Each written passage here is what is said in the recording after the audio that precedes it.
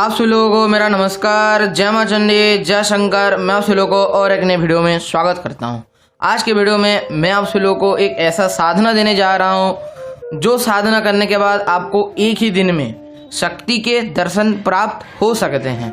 क्या ये संभव है? जी हाँ, ये संभव है, लेकिन इस साधना को एक नियमबद्धता के अनुसार अगर किया जाए तो शक्ति के दर्शन संभव है।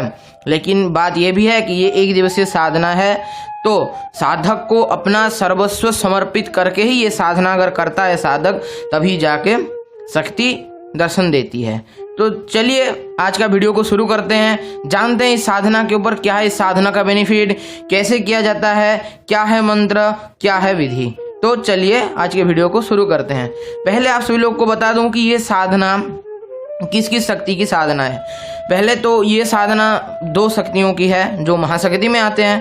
पहला है माता दुर्गा चंडी माता की, जैसे आप माता दुर्गा को चंडी माता भी बोलते हैं, तो माता दुर्गा और चंडी माता की, और दूसरा है माता महाकाली की।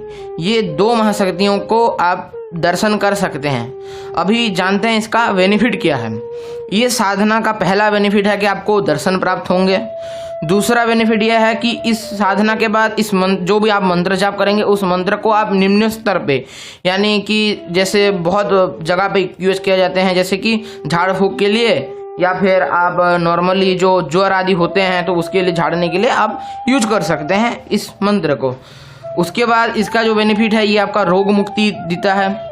तीसरी बात यह है आपको धन प्राप्ति भी करा सकता है, और चौथी बात यह है कि इससे आपको सौभाग्य की प्राप्ति होती है तथा दर्शन भी प्राप्त होते हैं। तो साधना कुछ इस प्रकार है कि आपको इस साधना में क्या क्या सामग्री चाहिए वो पहले बता दे, फिर साधना का विधि बता देता हूँ। साधना में आपको माता रानी का फोटो या फिर प्राण प्रतिष्ठित मूर्ति या फिर यंत्र, अगर माता काली की कर रहे हैं तो माता काली की प्राण प्रतिष्ठित मूर्ति या फिर यंत्र या फिर फोटो, या फिर माता दुर्गा कर रहे हैं तो प्राण प्रतिष्ठित मूर्ति, यंत्र या फिर फोटो, ये चाहिए होती है। माला जो आपका होगा रुद्राक्ष की माला होगा। जो आपका घी का दीपक जलेगा, जो दीपक घी का दीपक नहीं, दीपक जो जलेगा वो होगा सरसों के तेल का दीपक।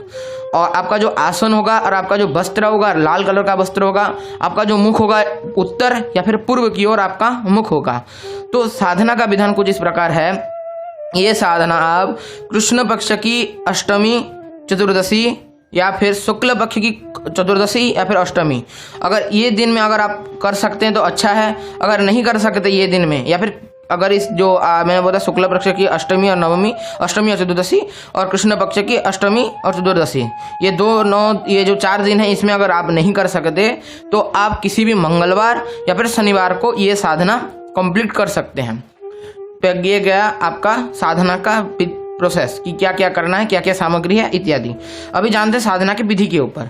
तो विधि कुछ इस प्रकार है, जिस दिन भी आप साधना करेंगे तो उस दिन आपको फलाहार पे ही उस दिन बिताना पड़ेगा। आपको फलाहार करना पड़ेगा, अन्न आदि का भक्षण नहीं कर सकते।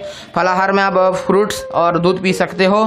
निर्जला रह सकते हो तो बहुत अच्छा है। बहुत लोग निर्जला नहीं रह पाते तो आप फलाहार करके रह सकते हैं। फलाहार जब करके रहेंगे, शाम आने पर आपको क्या करना है, एक चौकी बिठा देनी है। चौकी के ऊपर माता का प्राण प्रतिष्ठित मूर्ति, यंत्र या फिर फोटो स्थापित करना है।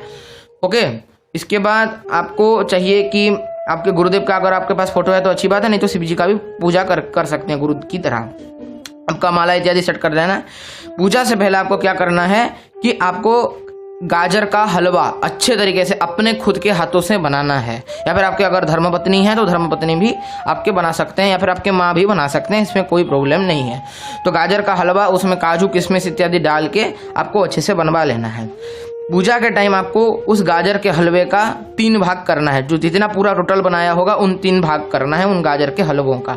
ओके, तो पूजा स्टार्ट करना है। संकल्प आपको लेना है कि मैं आज संकल्प लेता हूं कि मैं नवान्न मंत्र का, माता दुर्गा या फिर माता काली का पूजन करते हुए नवान्न मंत्र का एक ही सिटिंग में 108 माला जाप करूंगा और 1008 आहुति माता के नाम पे प्रदान करूंगा और पूर्णाहुति दूंगा। इसके फलस्वरूप माता मुझको ध्यान में या फिर स्वप्न में मेरे को दर्शन अपना प्रदान करें। ये बोल के आपको संकल्प ले लेना है। ध्यान दीजिए, मैंने जैसे बोला उस तरह से ही संकल्प लेना है। संकल्प लेने के बाद आपको क्या करना है कि आपने चारों तरफ सुरक्षा घेरा के रूप में आप जो माता का दुर्गा कवच या फिर चंडी कवच या फिर कोई भी, अगर आपके पास कोई साबर मंत्र बहुत लोग यूज करते हैं सुरक्षा घेरा के लिए, तो वो साबर मंत्र लगा के बैठ जाइए। उसके बाद आसन बंधन आदि कीजिए, गुरुदेव का पूजन कीजिए, गुरुदेव नहीं है शिव जी का पूजन कीजिए, गणपति जी का पूजन कीजिए। ओके, गणपति जी का पूजन करने के बाद उनको भोग प्रदान कीजिए। गणपति जी को कोई और भोग दीजिएगा, गाजर का हलवा का भोग गणपति जी को ना चढ़ाइएगा, इसमें कोई और भोग दे दीजिएगा। शिव जी को, अगर आपके गुरु नहीं है तो शिव जी को वो एक गाजर का हलवा का भोग, और दूसरा जो गाजर का हलवा का जो दूसरा पार्ट है यानी कि दूसरा कटोरी है वो माता रानी को चढ़ा दीजिएगा। भोग चढ़ाने के बाद आपको रुद्राक्ष की माला से उत्तर की ओर मुख करके या फिर पूर्व की ओर मुख करके सरसों का तेल का दीपक जलाते हुए रुद्राक्ष की माला से 108 माला नवारण मंत्र का जाप करना है। नवारण मंत्र मैं नहीं बोल सकता हूँ, आप जानते होंगे, या फिर आपकी स्क्रीन या फिर डिस्क्रिप्शन में मैं लिख के दे दूंगा नवारण मंत्र क्या है बोल के। ओके, तो इस तरह से आपको जाप करना है।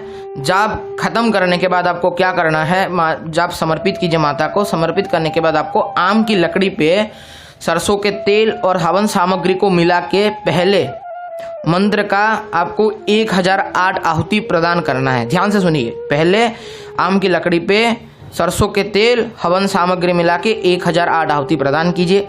उसके बाद जो तीसरा भाग है गाजर के हलवे का, नवारण मंत्र पढ़ते हुए थोड़ा थोड़ा करके इस तरह से मतलब जितना भी आप लिए होंगे, जितना 11 होगा 21 होगा, इतने आहुति करते हुए उस गाजर के हलवे को उस अग्नि में समर्पित कर देना है।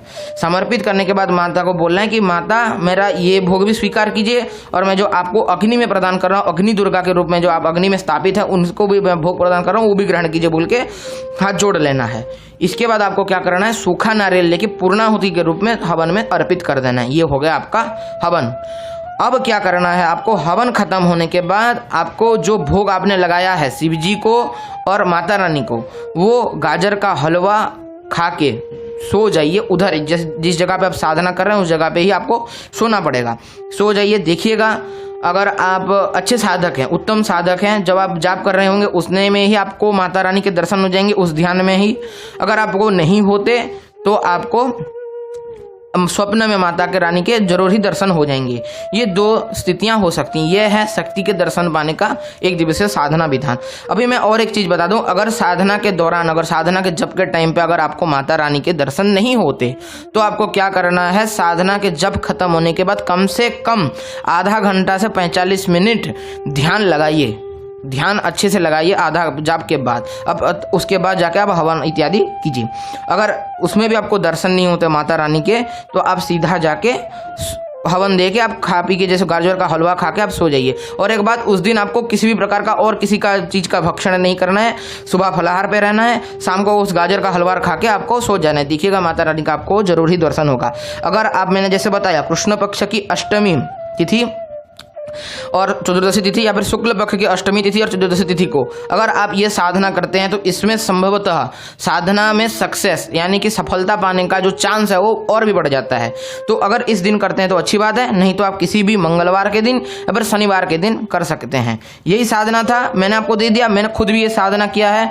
देखिए, किसी किसी को पहली बार में दर्शन हो जाते हैं, कोई उत्तम साधक जो होते हैं किसी को दूसरी बार में होते हैं, किसी को तीसरी बार में भी होते हैं, लेकिन दर्शन होना जो है वो होता ही है, दर्शन होता ही है। मैंने ये साधना लगातार 3 बार की थी और 3 बार में मेरे को दर्शन हुए थे। तो मतलब तीसरी बार में मेरे को दर्शन हुए थे, बाकी और किसी में दर्शन मेरे को प्राप्त नहीं हुए थे। तो आप भी ये साधना कीजिए। अगर एक बार में नहीं होते तो बार बार प्रयास कीजिए, दर्शन अवश्य होंगे। और इसे ये साधना का कोई ऐसा नहीं है कि कोई डिमेरिट्स है, इसका कोई डिमेरिट्स नहीं है। ये आपका धन भी वृद्धि करेगा, चारों तरफ से चतुर्वर्ग सिद्धि आपको प्रदान करेगा। और बहुत लोग बोलते हैं कि आचार्य जी आपके पास सिर्फ अनुभव ही है कि आप कोई साधना नहीं डाल रहे, तो मैंने आपके लिए, सभी के लिए एक उत्तम साधना डाल दी है। ये साधना कीजिए, उपकृत होइए। तो आज के लिए वीडियो इतना ही था। सभी को अच्छा लगा लाइक कर दें, शेयर कर दें, सब्सक्राइब कर दें। जो लोग नए सब्सक्राइब करके घंटी वाला बेल आइकन ऑल पे सेट कर दें, ताकि मैं जो भी वीडियो अपलोड करूं उसका नोटिफिकेशन आप सभी लोगों तक पहले पहुंच जाए। तो आज के लिए इतना ही था। जय मां चंडी, जय शंकर। मिलता हूं आप सभी लोगों को और एक किसी नए वीडियो में।